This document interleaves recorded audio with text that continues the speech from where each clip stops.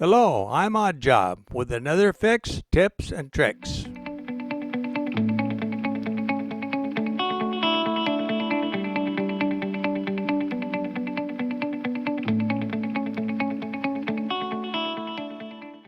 This is a mid-century modern credenza sliding door. It's teak veneer over particle board, swollen due to water damage. The main objective is to remove some material from the center of this particle board so that we can squeeze it back together using some glue. One method would be to use a slot cutter on a router or router table. At 15 to 20,000 RPM, I think this might be a little bit much for a project like this. I'm just afraid of tear out or something getting away from me, so I'm going to eliminate that one. Now this angle can be used as a guide for one of two other methods that I've come up with. One would be to use this little dovetail saw. Now, this is effective, except the entire door is not swollen, and I need to come out of that cut right there. And with the blunt blade of the saw, I just don't see how that's possible. So I'm going to eliminate this, even though it seems like a gentle way of doing it. Now, here's an old-time 9.6 volt Makita saw, and with only 9 volts, it doesn't power much, so it's got an extremely thin blade. And this I've used to make slots or slits, whatever you want to call it, in something like this before. But this thing also can get a little bit out of control, so I'm going to eliminate it as well. So I'm going to take this to the drill press, and I've got a setup that I'm going to show you. It's about 3/8 of an inch thick, or 10 millimeters, and it features a little bit of a rabbet along here that will allow it to be in the groove in the cabinet. So the problem is it did get wet on this edge here, which I assume was on the bottom. And as you saw in the close-ups there, or you will see in the close-ups there, how nasty it is. So having looked at all the processes that I could do to relieve this so I can squeeze it down and make it look like the rest of the edges there, which I know we can do. I have put a slitting blade in the drill press. This is the blade that I'm using. It's got about a 7/16 inch bore. I couldn't tell you how many teeth per inch it is. It's carbon steel. It's used on the lathe to make slits in aluminum. Perfect example would be making a clamp and then cutting the in between the ears where the cinching bolt will go. This is just perfect for something like that. But I have a 7/16 bolt chucked up into the drill press here, the old cheap drill press, and I set up at 3,200 RPM. I don't know if that's ideal, but I can change it by changing the belt here. It's just a little 3-speed cheapie. But I think this is going to give me more control to remove what has to be done here. And I'm going to go ahead and give it a shot and see. All right, we'll turn this on.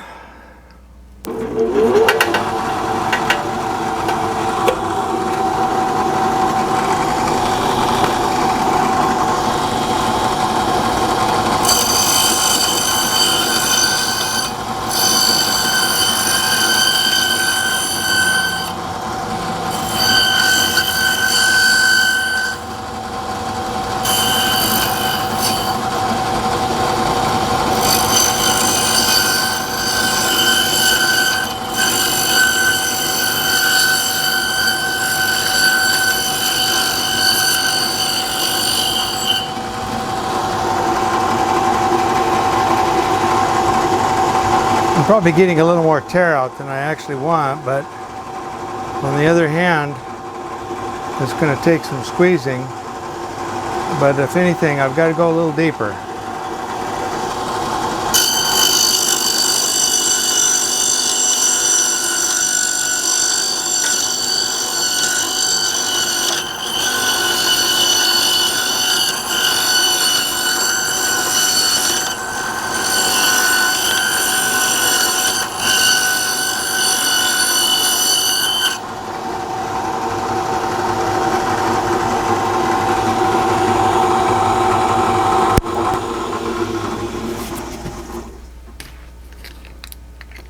I'm going to minimize cutting through the finished edge here, but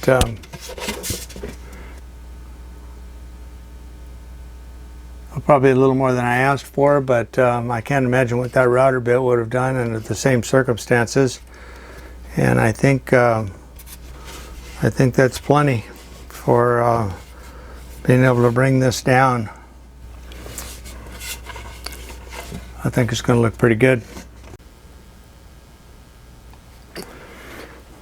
I'm ready to clamp this up, at least dry clamp it, and I'm going to build it up out of several pieces, and I'm going to show you why. But the first thing I'm going to do is to protect this finish. Is very likely to go back together and not need any refinishing. I hope not. So the first thing I'm going to do is I'm going to put some packing tape right up to the edge.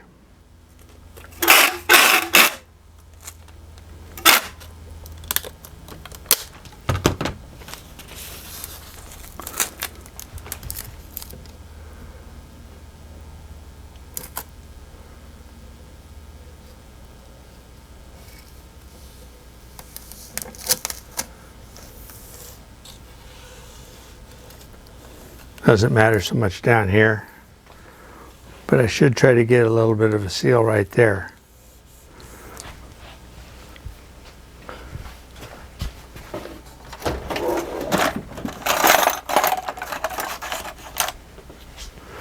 Now here's a trick you can use with any tape. The teeth of a comb. Just run it along there to seal that.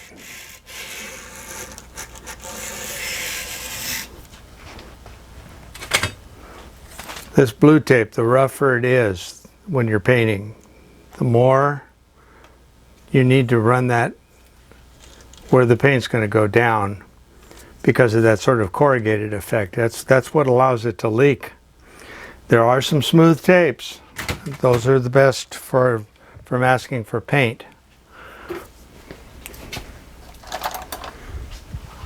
I was going to say, I usually cut the ends off the comb, so I'm dealing strictly with fingers. I picked up the wrong one, but this one here,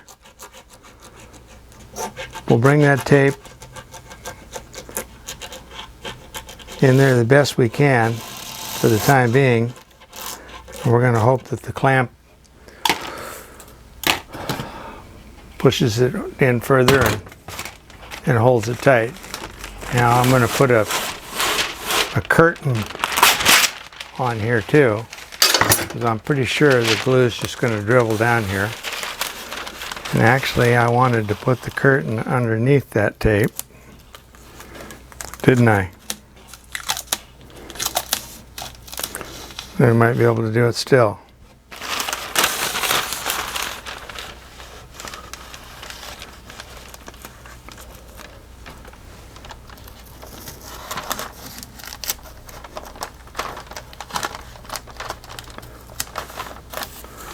Good enough. Go ahead and wrap the ends.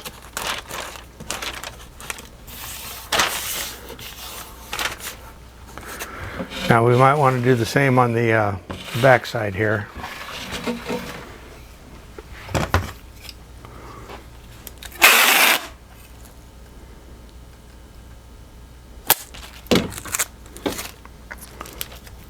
And of course, I didn't learn my lesson the first time. Put this on first.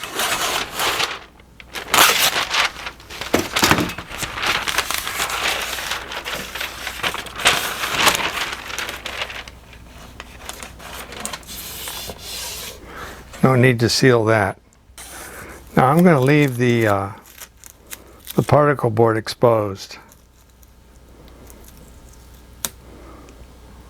Actually, I'm going to bring this up on the particle board a little bit. I don't have quite enough tape there.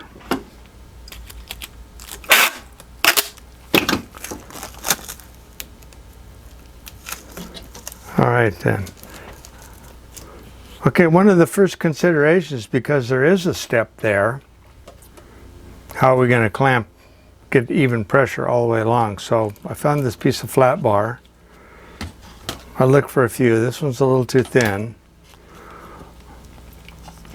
And that's a little proud of the edge, but it may very well serve to be sort of like a dam for the glue. I sort of hope so. So I'm going to put some packing tape on that too. It really doesn't matter what glue we use. I think I'm going to use a PVA type 3. Type 2 would be just fine. Whatever I grab first. Now I can maybe,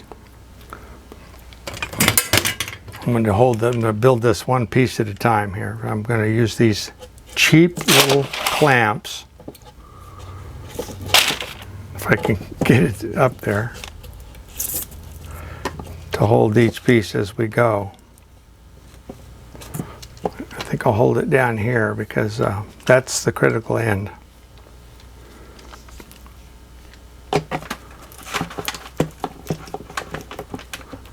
I think those are on sale for like $1 a piece, and they aren't worth anything more than that, I guarantee you.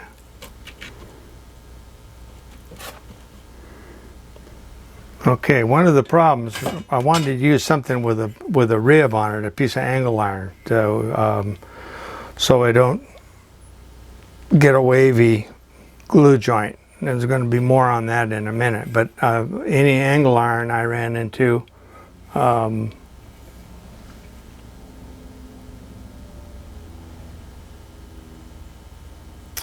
seemed to have a rounded edge. So that's not going to do me any good when I want to get right up there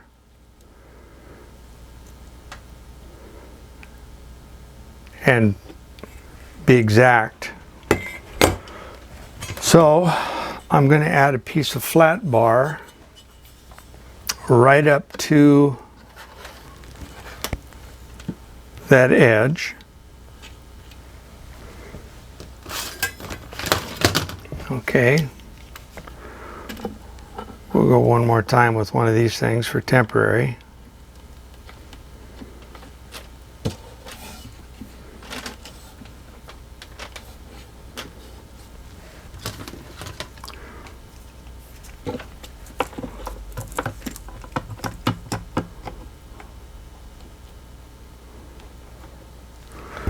Now the next thing I want to do is I want to put this piece of angle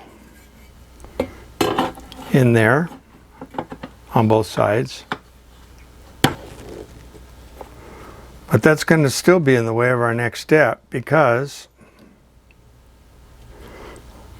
the way clamping works, if I use several clamps along every 2 inches or so, the way the clamping force works is that it radiates away from the foot of the clamp. So in other words, if the foot of the clamp is back here somewhere, and I doubt if you're going to be able to see these lines, so you just watch what I do, the force of the clamp is going to spread out like that.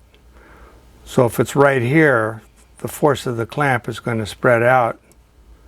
So roughly speaking, 4 times the distance gives us 4 times the effective spread out of the clamping pressure. So in order to do that, I'm going to add a piece of wood behind here. The steel will take care of what I want it to take care of, but the wood will distribute the pressure, especially if I put a piece on both sides.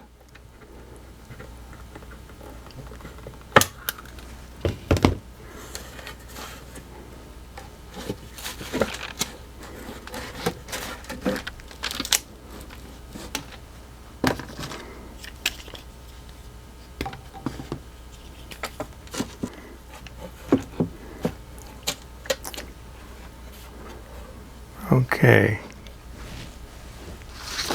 get one of these spread out a little.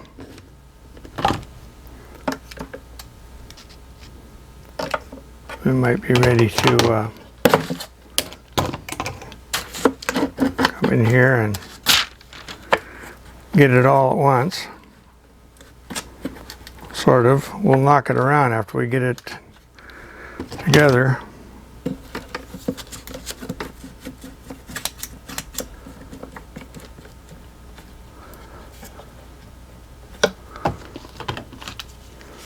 Almost don't trust that.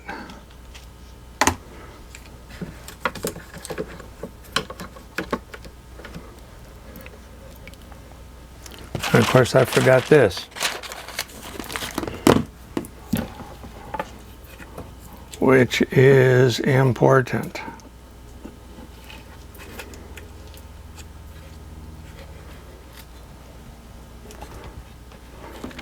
So let's try to raise this end up.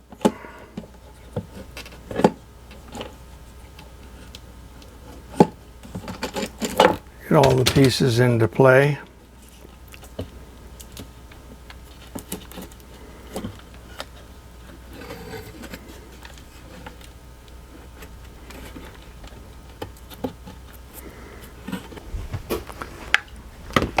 I'm going to put a couple of bigger clamps, if they will reach, to the wood in the center here.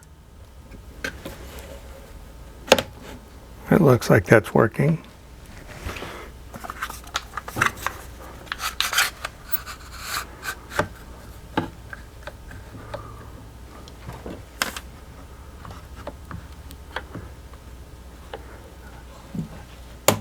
Yeah, that's fine.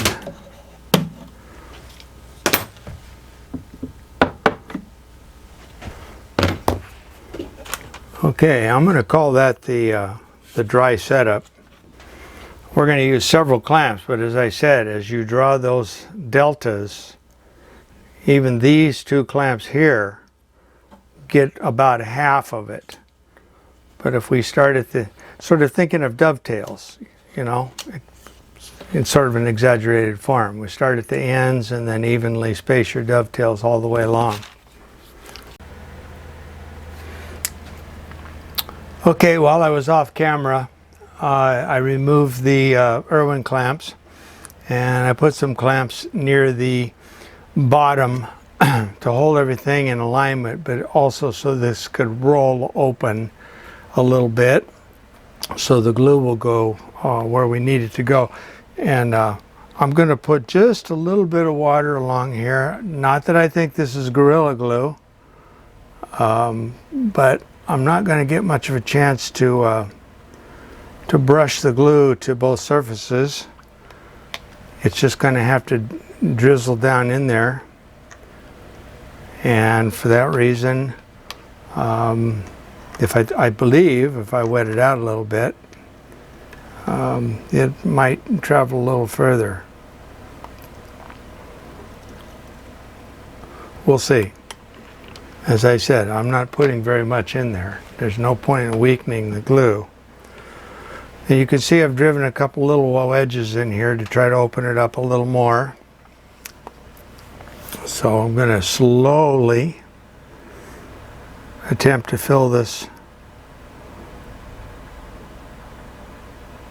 excavation or saw curve, or whatever you want to call it, with glue.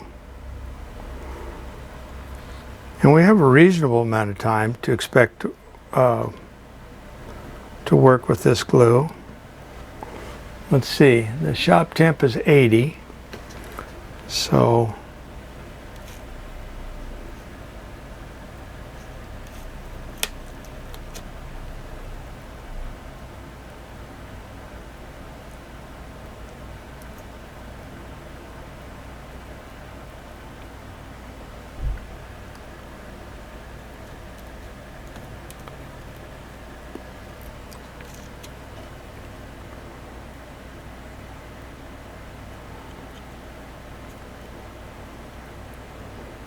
it's not really taking the glue like you would expect running way down in there. It's just not.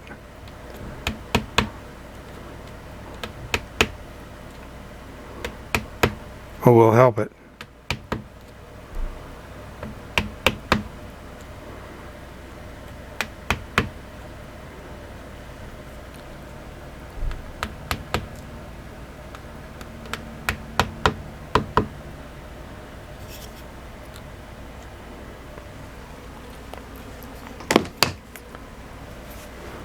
They gave us some room. I want to get it down there. If it's all here at the top, when we go to clamp this up, it's just all going to squeeze out.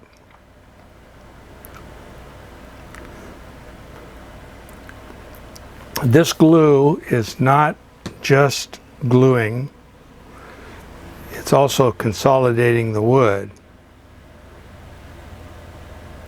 When you have wood that has become fibrous and soft, you can reconnect the fibers, epoxies, most resins, and the wood becomes sort of whole again, even though it's essentially now a composite if you do that to it, which is what we're doing here. But it was a composite to start with. This is just particle board. It doesn't even appear to be MDF. It appears to be just a fine particle board. But MDF would do the same, I guarantee you. Just get it wet, and the procedure's the same. You've got to make room to squeeze it back together.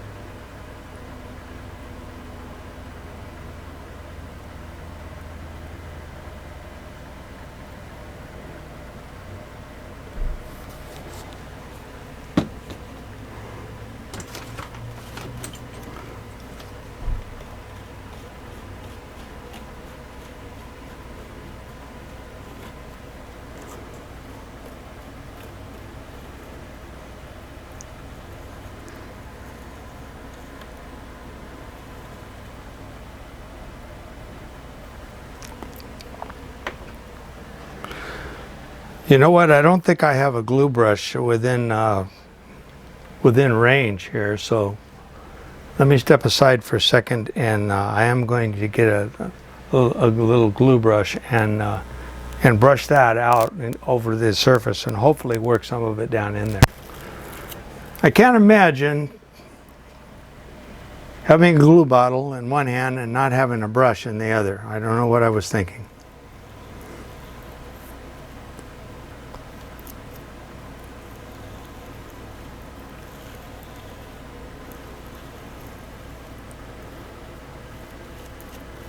I like what that's doing. We're getting the glue out to those edges. Those edges are more important than the center. All we need to expect out of the center is just to squeeze it shut. But we want good edges.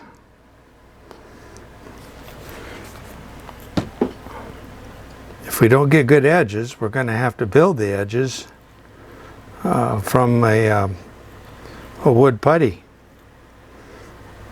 And that's not going to be as good as the whole thing being consolidated.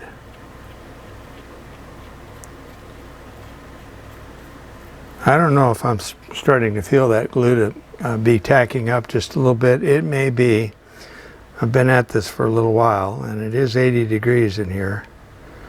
So I'm going to run a little here against that piece of flat bar that's on the back of the door in that rabbet, that channel that narrows the door down from 3/8 or so, 10 millimeters to a quarter of an inch.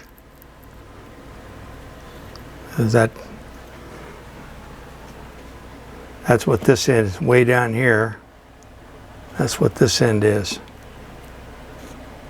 It's a quarter of an inch. We still have that millimeter tape out here.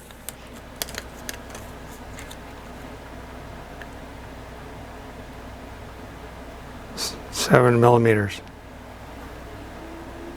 Is that a quarter of an inch? All right. Nice and level. Time for some C-clamps. Time for some talk about some C-clamps. I don't have a whole matching set of C-clamps. I've got 2 of these. They have a 1/2 inch screw. I've got one here that's a 3/8 screw. I've got one here that's 5/16 screw. And then I've got the Irwins.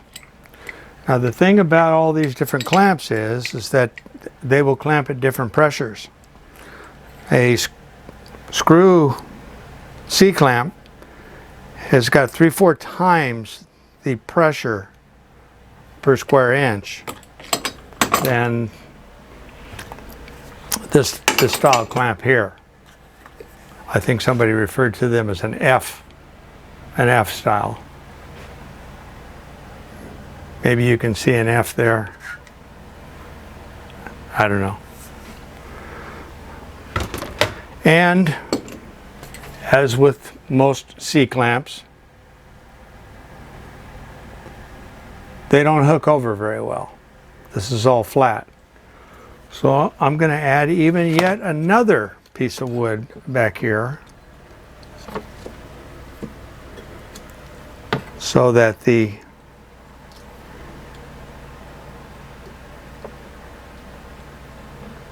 fixed end of the clamp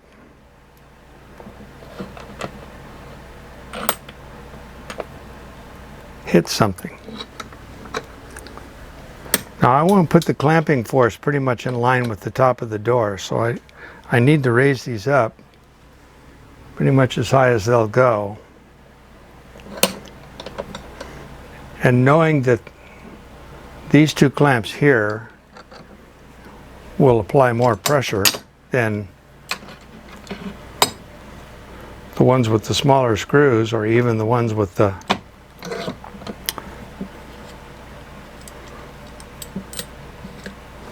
F style or whatever they are. Okay.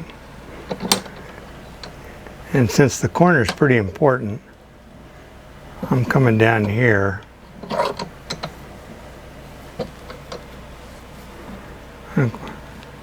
It's starting to move in. Okay, so our clamping pressure is radiating out, as I mentioned. There's probably a little bit of a weak spot right there, given the distances. So I'm going to put one of the smaller clamps in between these 2 bigger ones. Ideally, I would be able to screw them all at the same pressure, but I wouldn't know how to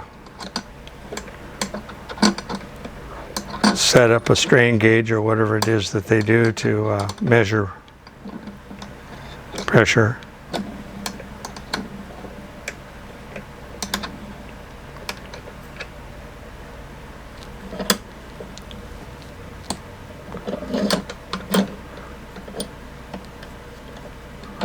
Kind of difficult in between those 2, but that should actually make these a little looser.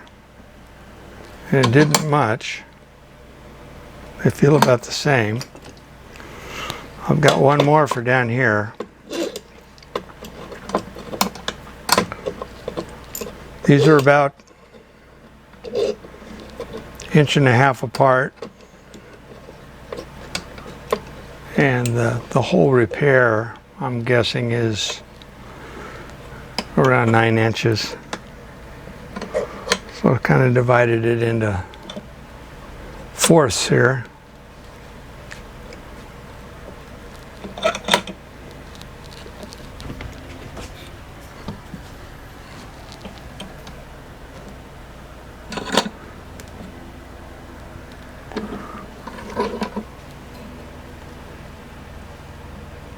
I don't know if that was less or not. That one was. This one's still pretty tight. What I'm looking at right now is the distance between these two metal faces, not taking into consideration that step right there. And since we've been using a metric tape measure, we'll just go ahead and look at this from a metric standpoint. I'll bury 10.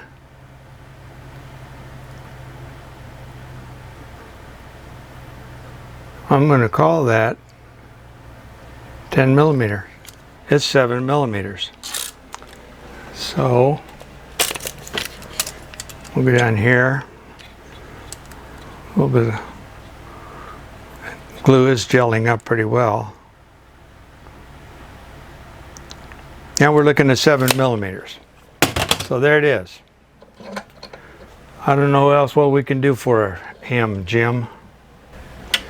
To the best of my ability, those are equally clamped.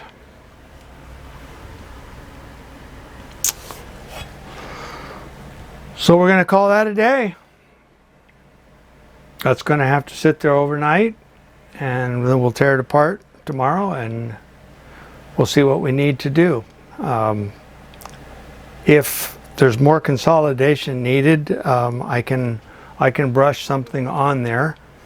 But in these type of repairs, this is not for me. This is for a customer, a dealer, in fact, and they're looking for, you know, originality. So if the wood was unfinished and bare, where it was sliding in the grooves, then that's the way they want to see it. They don't want to see any finish on it or anything like that. So that can be done.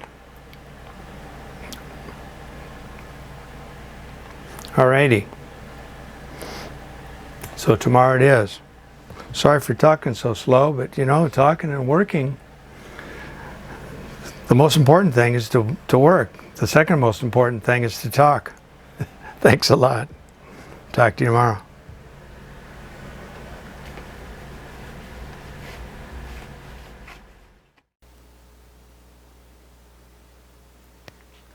All right, with the bench cleaned off, we can see what we have here. I want to say that I did come out here at 8 o'clock last night. It was 83 degrees in the shop here. I wanted to see how far along this PVA glue was, and it was pretty soft. But this morning I think it looks hard enough. So the unveiling here.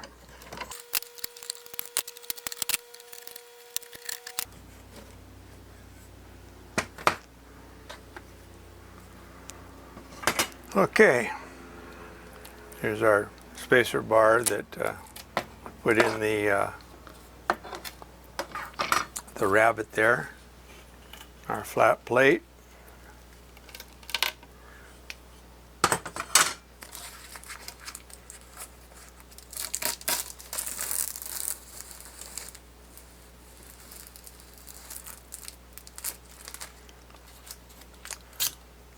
Now I have to say, this side here looks pretty decent so far.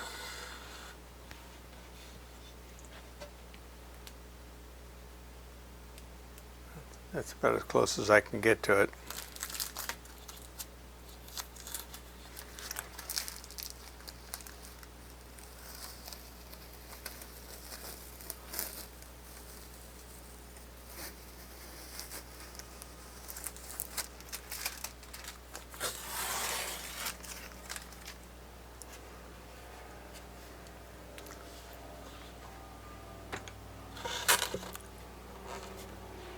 Well, there it is.